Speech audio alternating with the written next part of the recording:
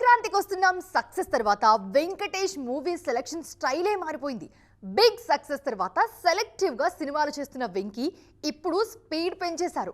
Already 2 సినిమాలతో బిజీగా ఉన్న విక్టరీ హీరో మరో మూవీకి గ్రీన్ సిగ్నల్ ఇచ్చారన్న న్యూస్ ఫిల్మ్ నగర్ లో ట్రెండ్ అవుతోంది. ప్రెజెంట్ త్రివిక్రమ్ దర్శకత్వంలో ఆదర్శ కుటుంబం హౌస్ నంబర్ 47 సినిమాలో నటిస్తున్న వెంకటేష్ ఆ తర్వాత చేయబోయే సినిమాల విషయంలో స్పీడ్ పెంచారు.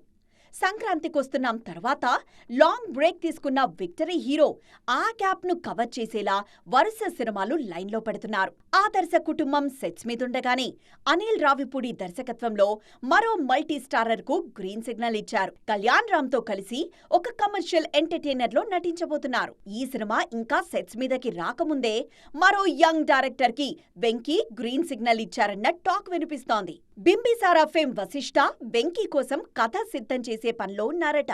ఇప్పటికే లైన్ ఓకే అయిందని, దర్శకుడు ఫుల్ స్క్రిప్ట్ సిద్ధం చేసే పనిలో ఉన్నారన్న టాక్ వినిపిస్తోంది. వెంకీ కోసం ఫ్యాంటసీ ఎలిమెంట్స్ తో కమర్షియల్ ఎంటర్టైనర్ కథను సిద్ధం చేస్తున్నారట వశిష్ఠ.